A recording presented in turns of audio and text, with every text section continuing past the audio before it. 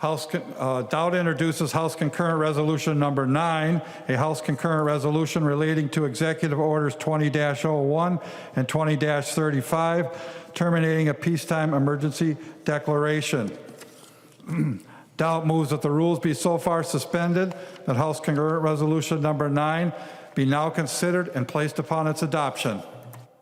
Representative Dowd, to your motion. Thank you, Madam Speaker and members. Appreciate your attention. I understand that the day is getting a little bit long, but the business that we're doing here is important. And I know that many of you have constituents at home who are concerned about COVID-19, about our health and our safety, about their jobs, about our economy, about the revenues to the state.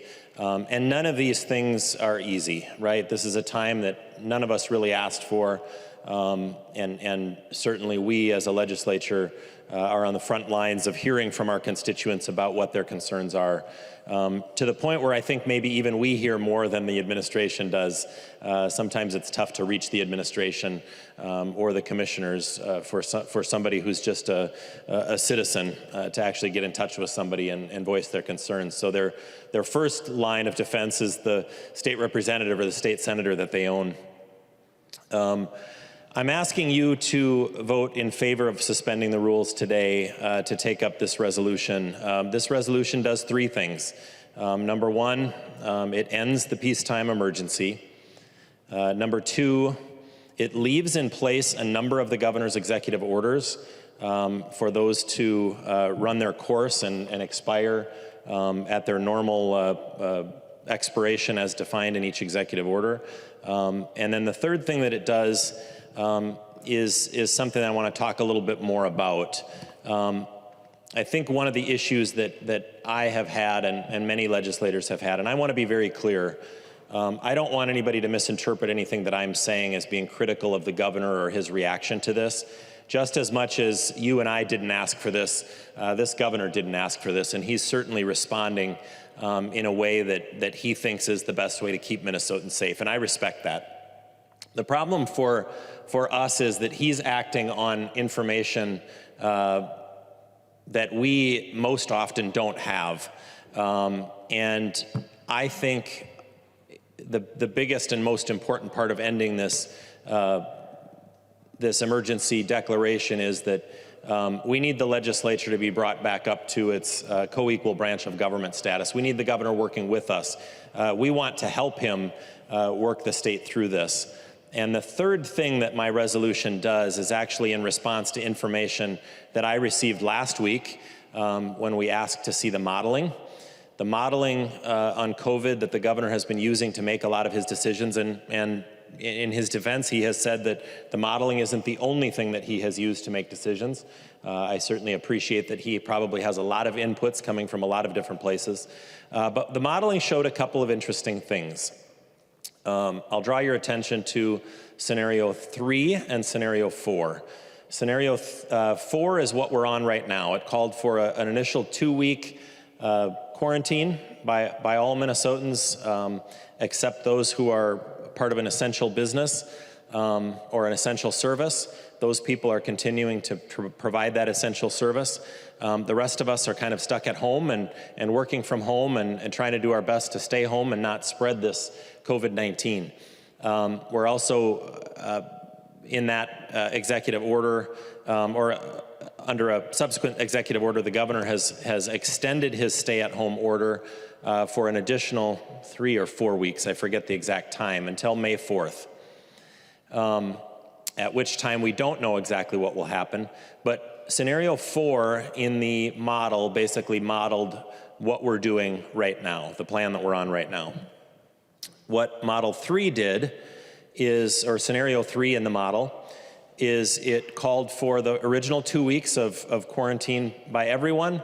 It then continued the quarantine only for those with the highest risks. So elderly or folks with an underlying condition. We have, it basically would have called that those people be quarantined.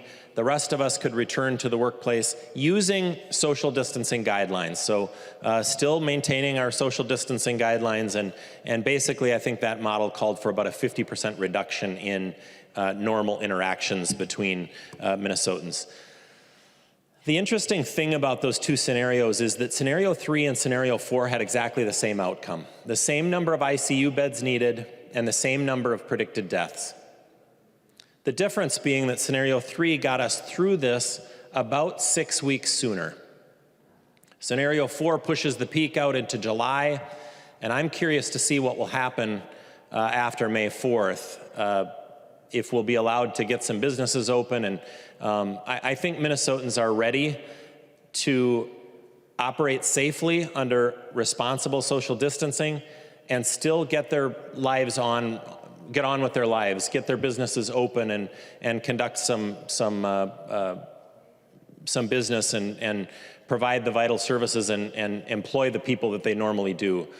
These things are really important for our economy, and I do believe that we can do that safely. And the outcomes in the two models were exactly the same. So the third thing that my resolution does is it basically moves us to scenario 3, which would leave a quarantine in place for those who are at the highest risk, which I think is responsible, and it would allow the rest of us to go back to work.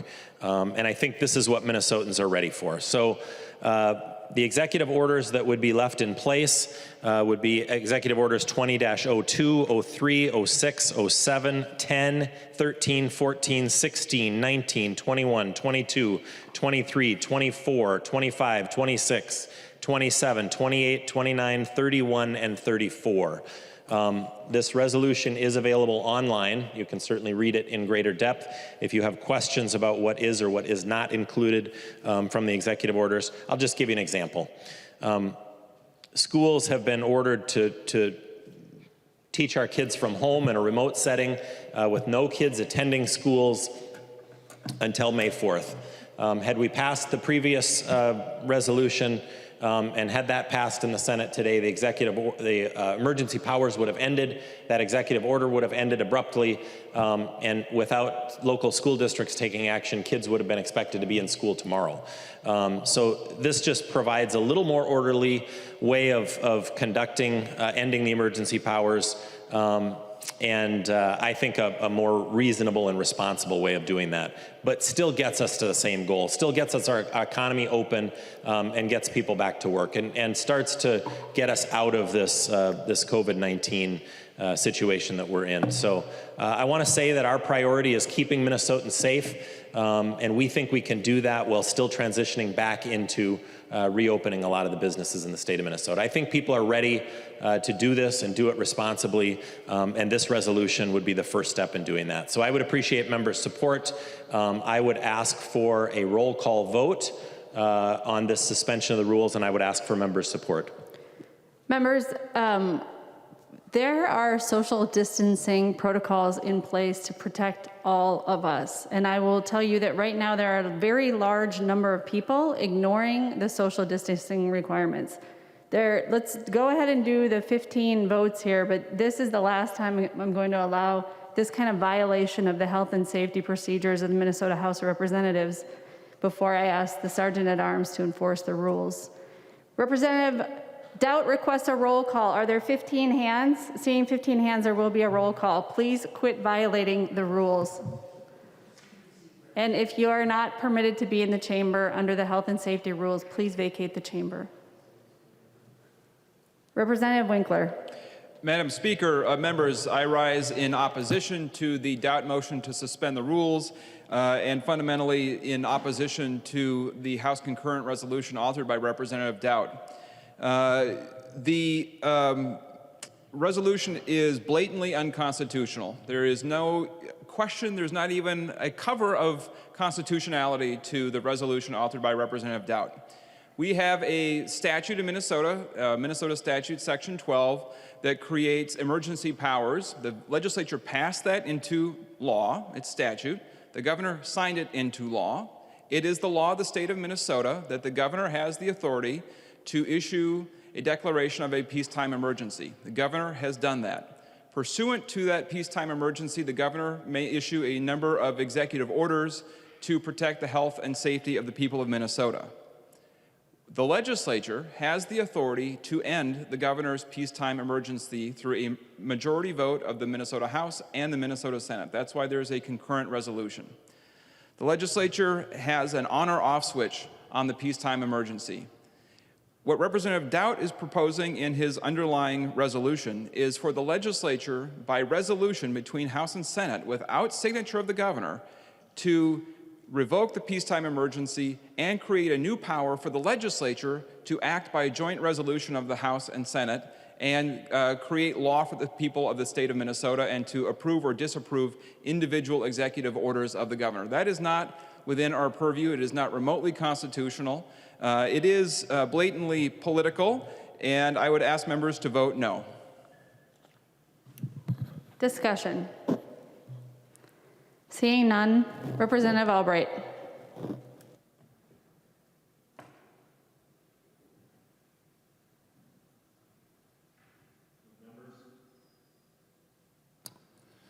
Members,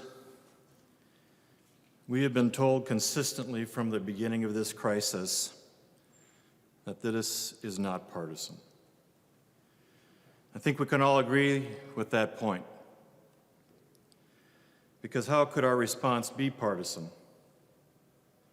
This virus does not discriminate against who it infects, who it injures, or who it kills. And so we went along with a full stop of one of the world's strongest economies. We went along with a proposal that everyone understood ran the risk of ruining lives in order to save lives. What a terrible bargain. But I supported it because I trusted that this wasn't partisan. It couldn't be. So then, over a month into this response, why aren't we spending as much time discussing the when and under what circumstances we can relax the unprecedented imposition on our family, friends, and neighbors who have lost their jobs? Why is it then that we aren't debating or concerning ourselves with the historic limitations on our God-given freedoms? Why is it then, when our state's largest private sector employer, the Mayo Clinic, effectively tells us that they're going bankrupt because of our response to COVID-19, that we don't hear alarm bells coming from either side of the aisle? And yes, I mean including the man who represented the Mayo Clinic in Congress for over a decade. When we hear that the state's institutions of higher education could be losing billions of dollars that they'll never recover. Why aren't we alarmed about this on a uniform basis? What about when we hear that up to 40% of the restaurants that have closed may never reopen? Why is it that this chamber can't stop for just a minute to publicly demonstrate that it hears and understands these concerns? We told our religious brothers and sisters to avoid their holy places to worship during the most important time of the year, instead of adapting those houses of worship to meet the needs of the moment. We've established an email so that businesses can plead their case to the one man who has the authority to determine whether they live or die. An email. These unintended repercussions are significant, they are real, and are far more long-lasting than the public health situation we all understand at this point. And these more than deserve the legislature's attention. All of these deserve our attention. We need to acknowledge that we are destroying lives, that in order to save lives. We owe it to our constituents to help them understand the path forward after lockdown ends on May 4th. That is, if it does end on May 4th. But what I'd like to hear is at least an acknowledgement that we are destroying lives in a very real way. That science is not so cold as to disregard the freedom to earn a living for your family through our solution to the public health crisis. That data matters more than ever. And when the data show that a course correction should be considered, we should consider it. When I hear that acknowledgement, I believe that this is truly then nonpartisan. Otherwise, I'm left wondering what we're really doing here.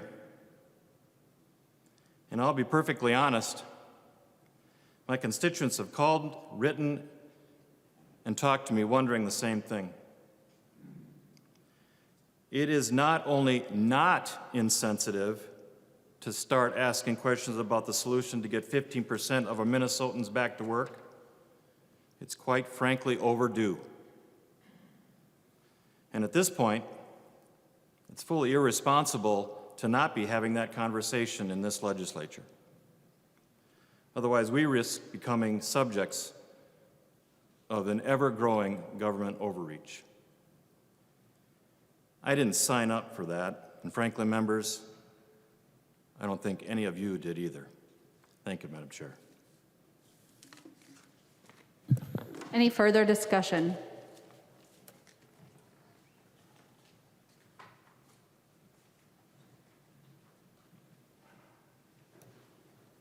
The member from Hennepin, Representative Robbins. Thank you, Madam Speaker. I rise in support of the resolution. I'm hearing every day, as I know all of you are, from my constituents who, like me, really supported the governor's order when it first came out. We all wanted to do our part to stay at home and flatten the curve and buy time for the healthcare system to get the PPE and the ventilators and organize things so that our healthcare system wouldn't be overloaded and overwhelmed. And we did that. Minnesotans stepped up, they bought takeout, they stayed home, and we have reached a point where we feel, generally from what I hear in my district, that the hospitals are ready. Some of them are laying off workers, including nurses. Some of them would long to get back to elective surgeries. So I feel like Minnesotans did their part. They did a remarkable job staying home. It did buy the time we needed, and now it's time to honor their sacrifices and help Minnesotans get back to work. And I've sat through the briefing yesterday and noted the same slides that Leader Doubt talked about, how whether we do a long-term isolation of the most vulnerable, who I do agree we should continue to isolate the elderly who are in long-term care and congregate care facilities. We need to protect them. But there are many other businesses that can start opening up, and we need to be about that business for the people of Minnesota. So I urge support for the resolution, and I thank all of the Minnesotans who have done their part, and now it's time that we help them get back to work. Thank you. Representative Scott.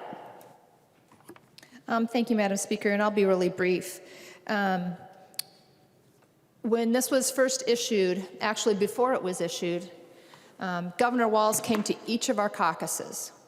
And do you remember what he said? He told both of our caucuses this, and I remember talking to some Democrats afterwards, and I know that he said this to you too. Be careful how much power you give me. Be careful how much power you give me. He used to serve in the legislature and in Congress. So I think it's a really important point. It's time now. The initial rush of the decision-making has started to slow down considerably, to the point now where we have time in the legislature to pass legislation.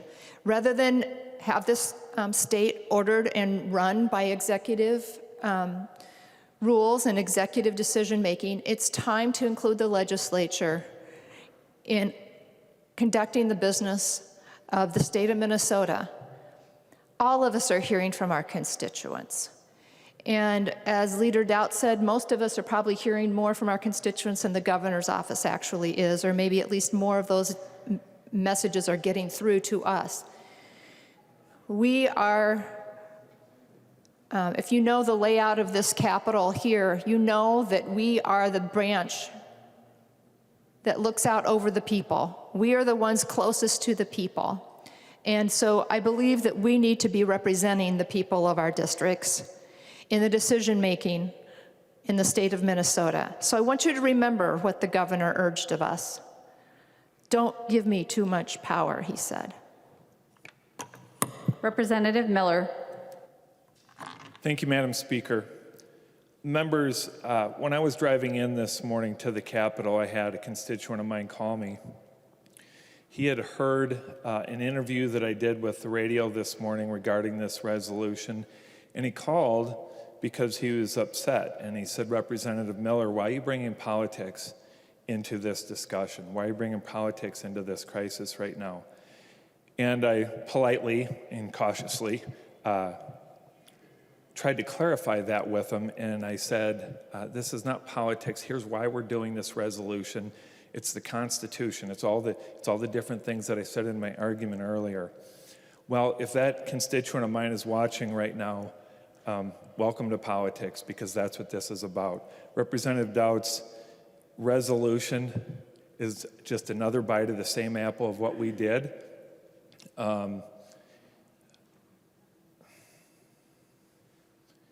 He was wrong in saying that our resolution was poorly written. If he's saying it's poorly written, then that's on nonpartisan research, because we worked very hard multiple days with nonpartisan. They said, this is the way that you do it.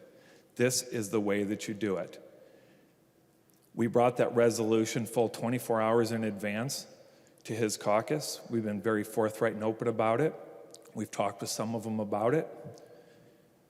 And yet this is what's happening. Majority Leader Winkler, with your comments about unconstitutionality and stuff like that, for the people that are watching, we have basically artful lawyer speak coming out, trying to confound people as to why this isn't a good thing. Members, I'm not an attorney, just a small businessman. I'm just a family man. I'm at home with my family a lot right now, and I'm just trying to do what's right. And what's right is for this legislature to take up its responsibility and do the work that people elected us to do. This isn't complicated. This isn't about who gets the win. I remember Representative Doubt, when I was first elected, said, guess what? If you have the votes, you get to say what happens here. And apparently he's correct with that right now. But I am telling you, legislature, as you are sitting here right now, House of Representatives, people in my district, in other districts, and I'm guessing throughout the entire state, are asking us to do our job the right way. Representative Doubt's motion will, similar to ours, a little bit different, but it'll probably effectively do the same thing. He's wrong with what ours did and what it didn't do. He was playing with words. But legislature, we need to move forward and do what's right for the people that we represent now. Thank you, Madam Speaker. Further discussion. Representative Dowd. Thank you, Madam Speaker and members, and Representative Miller, wherever you, oh, there you are. I appreciate those words, and I agree with you. If you took my words to mean that yours was, I just think that yours had some unanswered questions, and that was my only intent, so please don't take offense, and I certainly didn't mean to impugn you or anyone that works in the House in any way in my comments. I just felt like the process would have left too many unanswered questions, and I had been working on this for quite some time, so and how we deal with this. I had brought this up to the other four leaders on what happens to these executive orders, and we need to start planning for when the emergency powers end, what happens to the executive orders, which ones do we want to continue, which ones do we want to leave. We had that conversation probably 2 weeks ago, and I've been strongly encouraging the leaders to start having that conversation, because whether it happens today or next week or next month or 6 months from now, this emergency, this peacetime emergency is going to end, and this legislature is going to be relevant again, or at least a co-equal branch of government again. And I think we need to answer those questions. In response to Representative Winkler, and somehow I'm creating some powers and this is unconstitutional, my resolution does not quarantine a single person that is not quarantined right now. It does not put in place a single executive order that is not in place right now. It simply ends the emergency powers. And if you think that the section of law that deals with peacetime emergencies is clear, I'd invite you to read it, because not even the things that you said, Representative Winkler, about how it works are clear and delineated. And I think a good lesson for all of us might be that, you know, next session when this thing has blown over and it's a distant memory that we all hopefully chuckle about. It's a pretty serious situation and it's affecting people's lives in pretty serious ways. But I know that at some point it's going to be a new day and we're going to get through this. But we should look at this section of law again and go through and be a little more clear in what it does and how it acts and how we interact with each other, because there are too many unanswered questions. And I'm not going to waste your time going through and outlining where I think the holes are in this. I don't necessarily agree with even the governor's interpretation of how this works, but I do appreciate that he's trying to take a pretty conservative approach in his, he has extended his peacetime emergency. I think a lot of people at home were confused. I'm sure you got the same questions. I had somebody text me while I was sitting here that the stay-at-home order has been extended now through May 13th. That is not true. What the governor did was he extended the peacetime emergency. The peacetime emergency gave him the ability to issue executive orders without the legislature's input. And in many cases, those at the time were needed, and it was a good thing that it happened that way. But we are here now, we are in session, we can work with the governor to act on these issues. The executive order that he issued extending the stay-at-home order does expire on the 4th of May. That was not extended. And that's just a good example about how people don't really, this is pretty complicated, right? But that's why I tried to draft my resolution as detailed as possible so that we answered some of those unanswered questions. It's constitutional. It's most certainly just as constitutional as the last one we picked up. It ultimately does do the same thing as Representative Miller said. It just goes a little bit beyond because it answers some of those unanswered questions, and I felt that was a better approach. With that, I was also going to close with the comment that Representative Scott mentioned of what the governor said, and I think it was valid. I have it written at the top of my sheet of paper here. The governor did visit our caucus prior to putting in place his original declaration of peacetime emergency. And he came to our caucus and he said, "Be judicious in giving me any more power." And he went on to say, "Don't give me too much power." I might be paraphrasing a little bit. Your version was basically saying the same thing.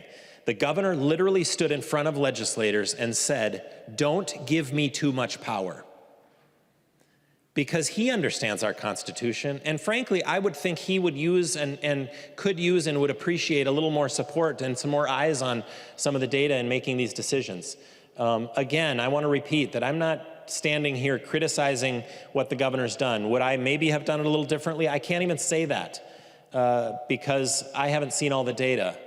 But I do know that given the choice between scenario 3 and scenario 4, I would have chosen scenario 3 with the same outcomes and ultimately getting us through this 5 and 6 weeks earlier and letting Minnesotans who are healthy get back to work.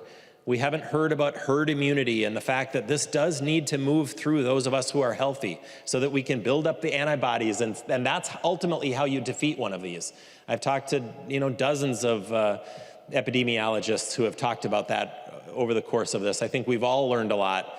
I try not to look at Facebook for what my friends who have no medical knowledge want to advise me of, but I've rather tried to reach out to experts who know a lot about this. And I spent on the phone yesterday for almost an hour with somebody who's an expert in this, just the two of us, talking about what the right approach is and what maybe not the right approach.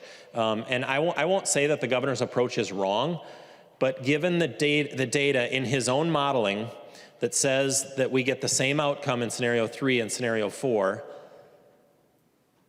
I couldn't look at that and say, with the damage that this may do to our economy, that we should choose scenario 4. And the reason it pushes out the the peak of this is because we're slowing down the spread almost too slow. We do need it to move through those of us who are healthy so that we can build up as a society, build up an immunity to it. And that's how they ultimately go away.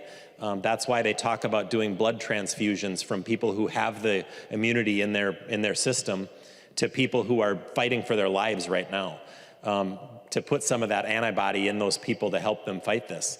That's how these diseases work. So this isn't anything that any of us asked for, but I want you to know that this is a very safe vote to say, not that the governor was wrong or we're right or anything. That's not what this is about. It's just about saying, hey, we want to be a partner as the legislature, as our Constitution defined, in helping this state work through this.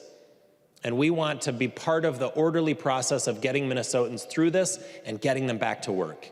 And I think that's really important. So I'd ask for your support and ask for a yes vote in support of this resolution. Thank you. Representative Drazkowski. Thank you, Madam Speaker. Members, I heard the debate. I heard Representative Winkler's arguments, and as I read the statute, it's compelling. I think the resolution we brought forward earlier that was defeated actually removed the governor's emergency powers as it says in statute. And that would have removed them and all the executive orders, all of them, and we could have held on to the current climate we have by having the Senate hold on to that resolution while we put together and pattern a legislative solution that we could enact legally and constitutionally into law. Now, not only does this, and I'm persuaded by your arguments, Representative Winkler, does this not do that, and is it not constitutional? Certainly doesn't follow the law we have currently, but it locks in 20 different executive orders, and I haven't studied all of them. And then it also continues to lock away people in their house for 30 days to 10 weeks, depending on certain conditions. Now, Representative Dowd, you said you've been working on this for a very long time, trying to persuade us you've been working on it forever. It's dated today, so I haven't seen this before. I know we sent out our resolution here yesterday, and I sent it out via email to every member in the chamber, Republican and Democrat alike. We were very transparent with what we brought. This just showed up today, so members, I am persuaded that this is not the right approach. Let's wait till we have a resolution that comes forward that actually follows the law, follows the Constitution, allows the legislature to legally occupy its duties and do its will, and then eventually get rid of the emergency declaration.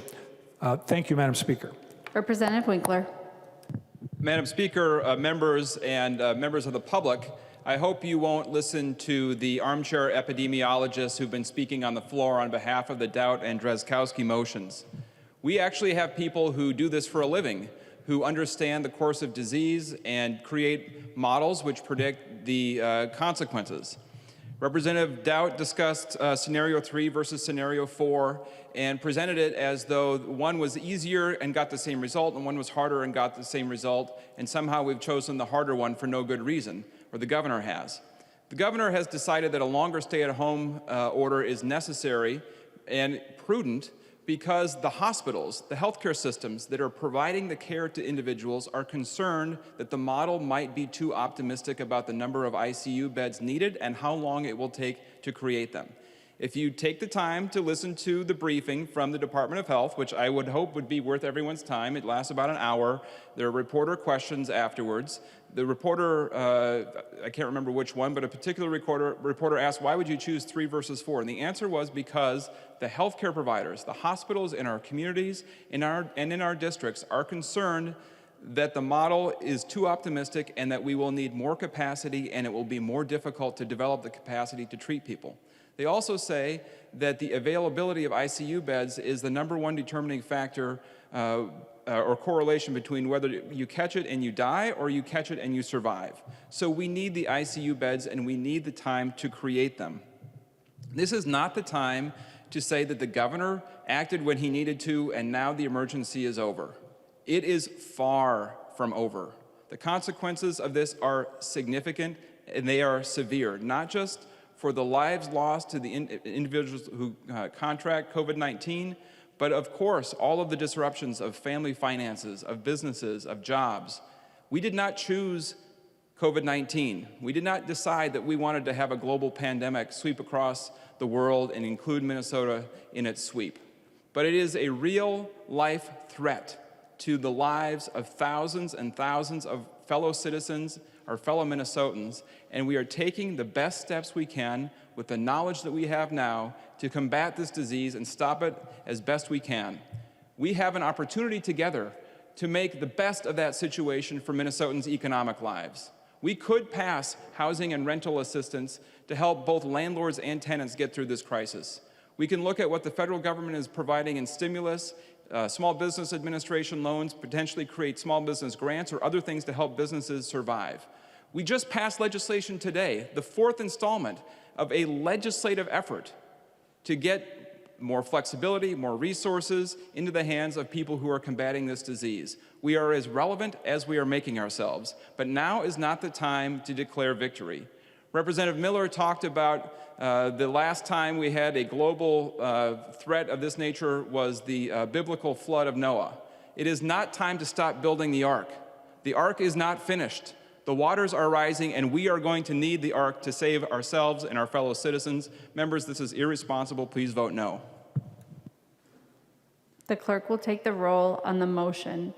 Members on the phone, get ready. They're taking steps before they begin the roll call. If members can pay attention and answer the roll call when their name is called, that will speed up the process.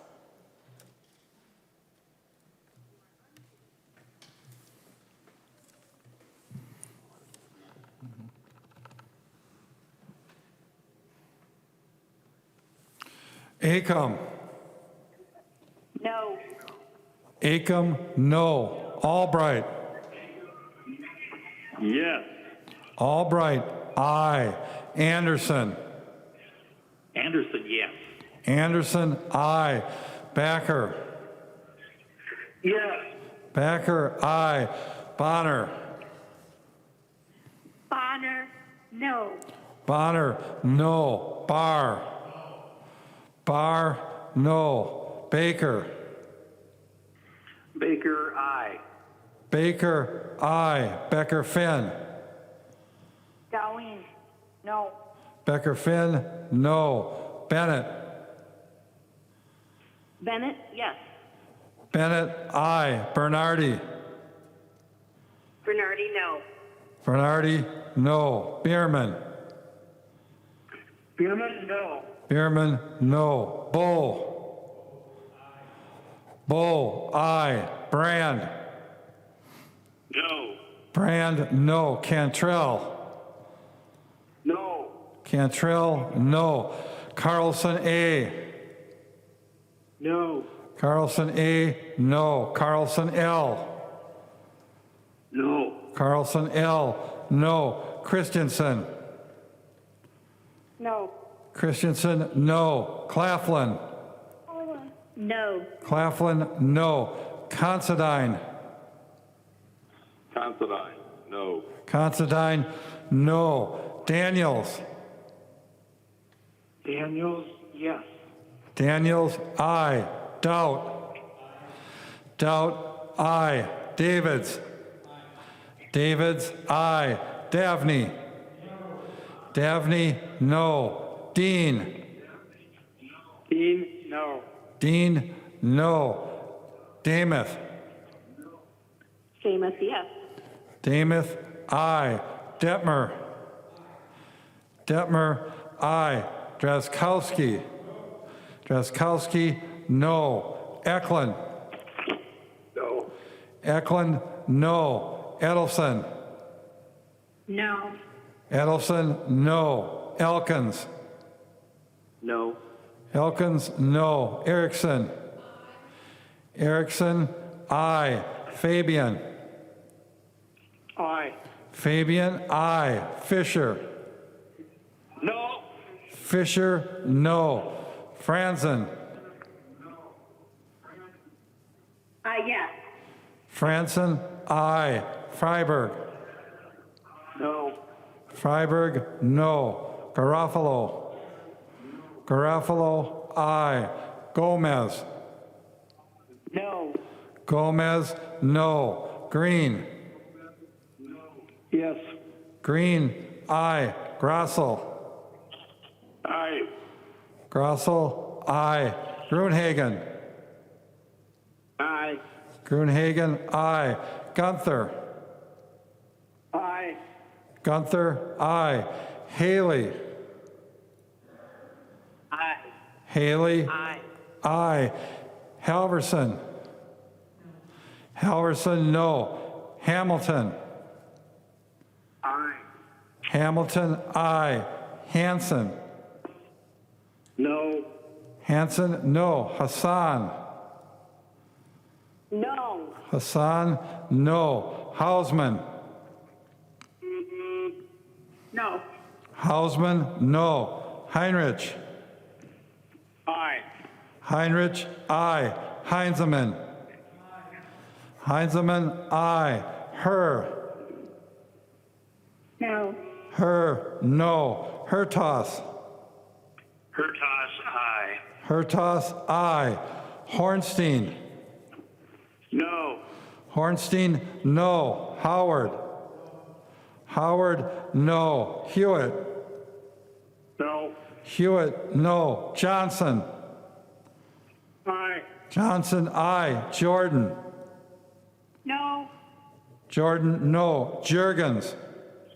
Aye. Jurgens, aye. Keel. Aye. Keel, aye. Cleavorn. Cleavorn, no. Cagill. Cagill, no. Katiza Watun. Nay. Katiza Watun, no. Kosnick. Yes. Kosnick, aye. Kreshaw. Aye. Kreshaw, aye. Kunish Podine. Kunis Podine, no. Kunish Podine, no. Lehman. Aye. Lehman, aye. Lee. No. Lee, no. Lesh.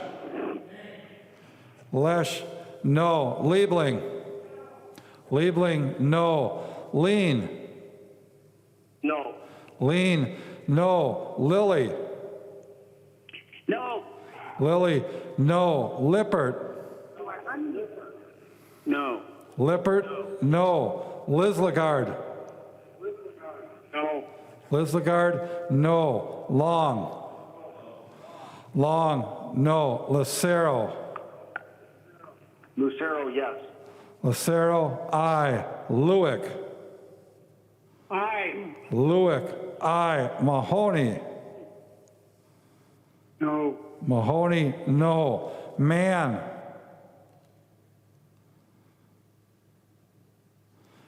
Mann. Mariani. Mariani, no. Mariani, no. Marquardt. No. Marquardt, no. Mason. Mason, no. McDonald. Aye. McDonald, aye. Mecklin. Mecklen, aye. Mecklin, aye. Miller. Miller, aye. Moeller. Moeller, no. Moran. Moran, no. Moran, no. Morrison. No. Morrison, no. Munson. Munson, aye. Murphy. No. Murphy, no. Nash. Nash, aye. Nash, aye. Nelson M. No. Nelson M, no. Nelson N. Nelson N, aye. Nelson N, aye. New. New, aye. Nor. No. Nor, no. Nornis. Aye.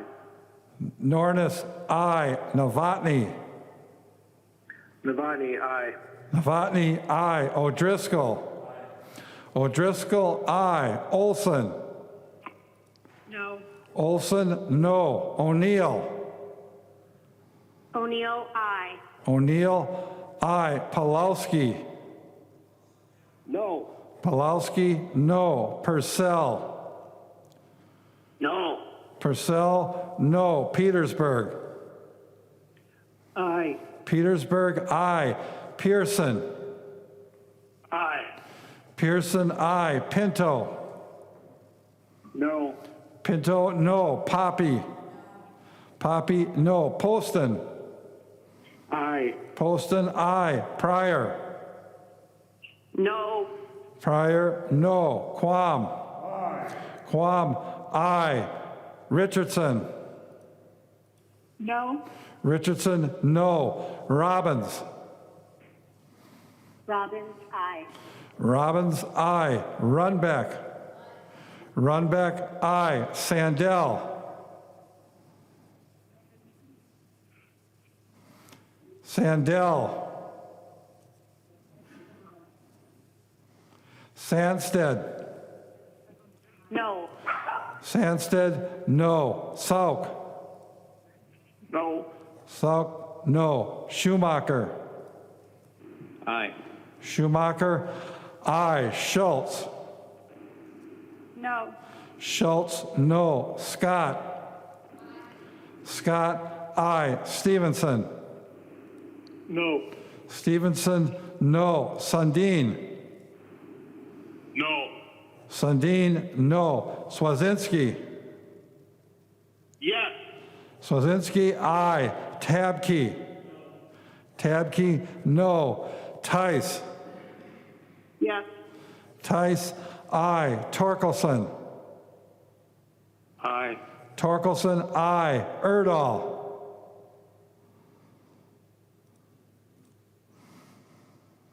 Erdahl. Vang. No. Vang, no. Vogel. Yes. Vogel, aye. Wagenius. No. Wagenius, no. Wozlowick. No. Wozlowick, no. West. Aye. West, aye. Winkler. Winkler, no. Walgamot. No. Walgamot, no. Zhang Jie. No. Zhang Jie, no. Zhang Ti. No. Zhang Ti, no. Joachim. No. Joachim, no. Speaker Hartman. Speaker Hartman, no. Three, man.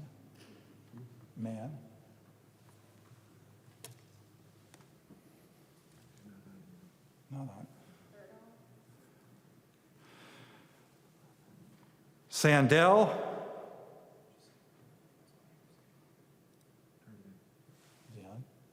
No. Sandell, no. Erdahl.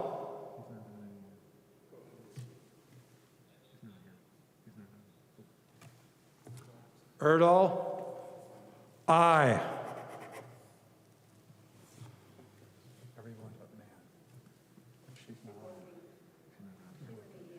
Okay.